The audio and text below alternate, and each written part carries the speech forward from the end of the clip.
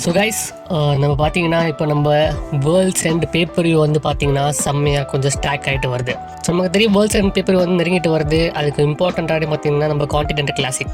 So continent classic வந்து பார்த்தீங்கன்னா இன்றைக்கி டைனமைட் முடிஞ்ச ஸ்டேஜ் பார்த்து பார்த்தீங்கன்னா நம்ம ஆஸ்ப்ரே, ரிகோஷே அண்ட் க்ளவுடியோ வந்து கோல்ட் லீக்கோட டாப்பில் இருக்காங்க.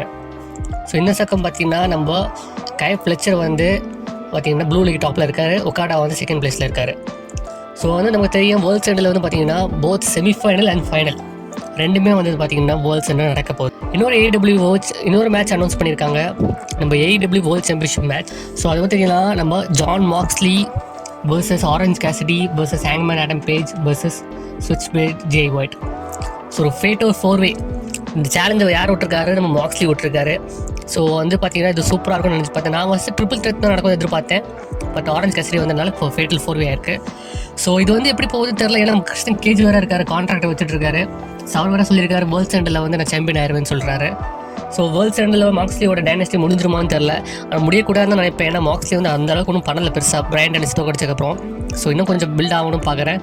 அது மட்டும் இல்லாமல் இந்த 3வது மேட்ச் என்ன அனௌன்ஸ் ஆயிருக்குன்னு பார்த்தீங்கன்னா நம்ம MJF vs ஆடம் கோல். ஸோ ஒரு வருஷம் ஆச்சு கைஸ்.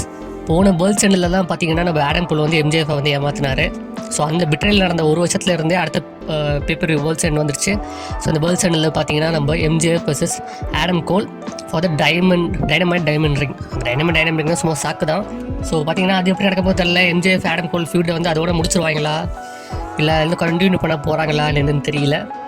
ஸோ இந்த 3 இது வந்து இது அனௌன்ஸ் ஆகிருக்குன்னு பார்த்தீங்கன்னா அது மட்டும் இல்லாமல் இப்போ 4வது ஒரு மேட்ச் எனக்கு தெரிஞ்சு அனௌன்ஸ் ஆயிரும் நினைக்கிறேன், நம்ம டோனி ஸ்டோம்.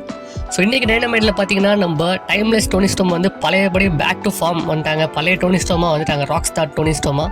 ஸோ இந்த ஷோ முடியும் போது பார்த்தீங்கன்னா வின்டர் இஸ் கம்மிங்கில் மரையா மே வந்து பார்த்தீங்கன்னா மீனா ஷெர்கோவா வந்து நம்ம மேட்ச்சை முடிச்சிட்டாங்க. மரையா மே ஜெயிச்சிடுறாங்க, சாம்பியன்ஷிப் ரிட்டைன் பண்ணிடுறாங்க.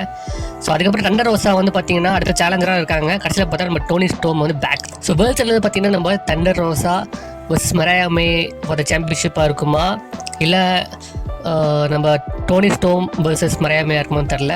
என்ன கேட்டிங்கன்னா மரையா மே vs தண்டர் ரோசா தான் இருக்கும்னு நினைக்கிறேன் AEW உமன் சாம்பியன்ஷிப்காக.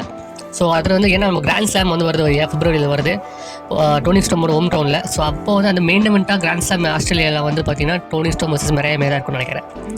ஸோ AEW வந்து பார்த்தீங்கன்னா நிறைய கிரிட்டிசிசம் இதெல்லாம் தான் போயிட்டுருக்கு. பட் என்னால் எல்லாத்தையும் ஓவர் கம் பண்ணி பார்த்தீங்கன்னா இப்போ சக்ஸஸ்ஃபுல்லாக ஆல் இன் டெக்ஸஸ்லேருந்து எல்லாமே வந்து ஒரு சாதகமாக போயிட்டுருக்கு. இன்றைக்கி பார்த்தீங்கன்னா கிட்டத்தட்ட 5000 பேர் வந்திருந்தாங்க பார்க்குறதுக்கு ஒரு இம்ப்ரூவ்மெண்ட் டிக்கெட் சேல்ஸையும். ஸோ பொறுத்து தான் பார்க்கணும் வேர்ல்ட்ஸ் எண்ட் எப்படி ஆக போகுதுங்கிறத நம்ம பொறுத்து தான் கைஸ் பார்க்கணும்.